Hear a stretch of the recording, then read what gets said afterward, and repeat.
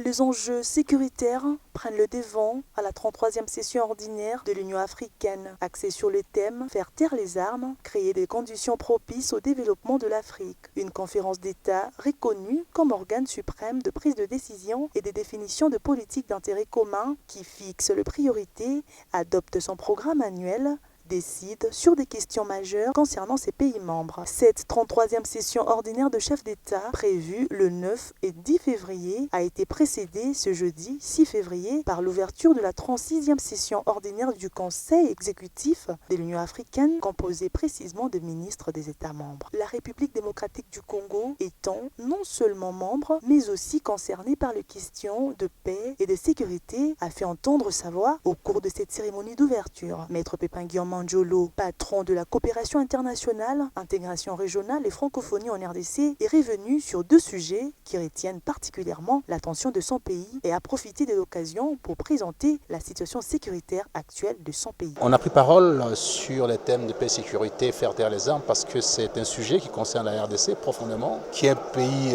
meurtri, qui se relève, dont un travail qui est fait actuellement au niveau des FARDC pour pouvoir remonter quasiment la pente, mais en même temps avec beaucoup de souffrances endurées depuis 24 ans aujourd'hui, beaucoup de blessures, beaucoup de pertes en vies humaines et l'installation quasi permanente des milices, des forces négatives sur le terrain. Donc nous avions l'obligation de dire à l'Union africaine la nécessité de pouvoir appliquer les règles de l'Union, dont notamment l'acte constitutif en son article 4 qui précise ce qu'on peut faire et ne pas faire. Signalons que la session ordinaire du Conseil exécutif se clôture demain 7 février pour laisser la place à la conférence de chefs d'État qui se tiendra du 9 au 10 février 2020.